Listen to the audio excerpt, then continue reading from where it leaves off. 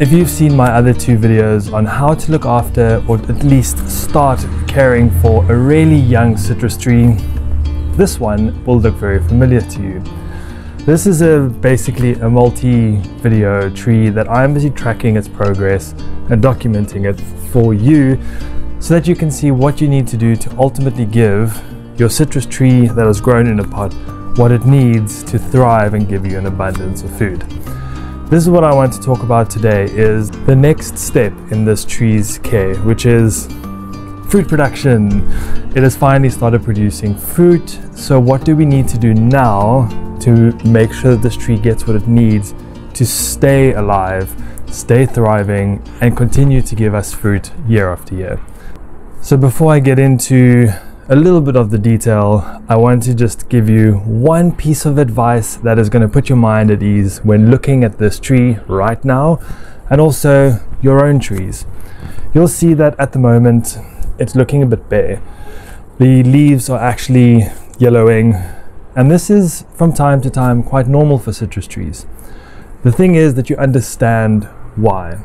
For me, I know that this tree is stressed because we've had a couple of weeks of 30+ degrees Celsius spring days. It's been very hot. And then an hour and a half away, we've just had huge snowfalls, and it's back down to single-digit daytime temps. So what that has done is put a lot of pressure on this tree, and it's just genuinely confused. We've also had a huge amount of rain this year, which means the pot and the soil is very, very wet for prolonged periods of time. And if you grow citrus, you'll know they're not big fans of that.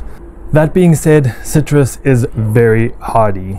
I am not worried about this tree at all because I can already see new growth everywhere. Tender lime green leaves. So it shows me that this tree is actually in a really good space, just not right now. A telltale sign, and it's really important that you remember this, yellowing of the leaves is a very, very, call it controversial topic. People are going to tell you, give it nitrogen, it's nitrogen deficient. That is a lie. Why I say that is those people telling you just give it nitrogen, the leaves are yellow, don't have the context as to why they are yellow. For this tree, yellowing leaves that are soft, they don't break, is an indicator of waterlogged roots. Yellowing leaves that are dry and brittle is an indicator of underwatering. So yellowing of leaves applies to nitrogen deficiency, overwatering, and underwatering. The difference is underwatering, crispy leaves, overwatering, soft leaves, and then nitrogen deficiency is a very bright yellow. You can clearly see when it's nitrogen deficient. These leaves are not nitrogen deficient. They are just not really happy because of all the rain we've been getting. So now that we've got a bit of background as to why this tree doesn't look tip-top shape, I suppose just something I want to mention is that's what I do with the way I grow and the way that I share my information. Not everything you see is going to be perfect. Not everything is Instagrammable. That's not the real world. This is the real world. I want to show you this so that your mind can be at ease when your tree goes through this. But as you'll see, there are flowers everywhere. And the purpose of today's video is, this is the first time this tree has flowered. It's now in its 4th year of growth. The previous 2 years, if you watch back on the videos, you'll see the first year we did a trunk chop so that we can get the branches that we ultimately wanted, which are these scaffold branches, and we selectively removed the sprouts coming up all over the stems, because if you do a hard cut on citrus, it'll throw sprouts out everywhere, and then you need to very carefully select what sprouts you want to keep. The second pruning video was how to selectively choose branches so that you get good branch structure, like this for example, where you have a primary branch that then branches out into twos and then creates a beautiful fan shape, which over time is going to droop down like this one has over here, and it's going to create what's called a skirt. That skirt's going to droop down and it's going to protect the stem from the sun. If you have too many branches, the air can't get in, the light can't get in, and your fruit won't ripen. So structurally, selecting the right branches is crucial to the development of your tree. And if you do that correctly, the energy is going to go into branch structure where it's needed, light, air, all of that. And when the tree is in its prime condition for fruiting, which is usually 3 to 4 years, it's just going to explode with growth. Now what we need to do at this point is, first of all, we need to feed the tree, because it's putting a lot of nutrients and a lot of energy into creating flowers. And if it's your first year with a tree that's flowering, expect to get almost no fruit, maybe a few. But what will happen is a lot of these flowers are going to fall off. It's the first time it's growing its flowers. It hasn't really established itself completely yet. So you'll definitely get some fruit, but don't expect an abundance of fruit on what is still quite a young tree. We also then want to go back, and we want to go back to the principles of looking for dead, diseased, crossing branches, and then one that I always like to add is pruning back to 2. So we get those forks. So what we'll do here is, I've already identified some at the back over here. This branch, and I'll bring you in close so that you can see, is one of the branches in the previous video that we weren't sure about. We didn't know how the tree was going to settle, branches were going to droop. So we left this one just in case I needed it. I now clearly know I don't. So this one is going to come off because it is growing straight up. And what will end up happening is this branch over here will end up vertically challenging the main stem. We don't want that. We want these lateral branches to remain lateral so they can be fruit producing, our vertical to stay vertical, and all the offshoots to become our laterals. So this one will definitely be coming off. The same with this one right in front here. There's crossing of branches, and this is one I also wasn't sure about, because my thinking was if this one droops, this one is going to become the next layer.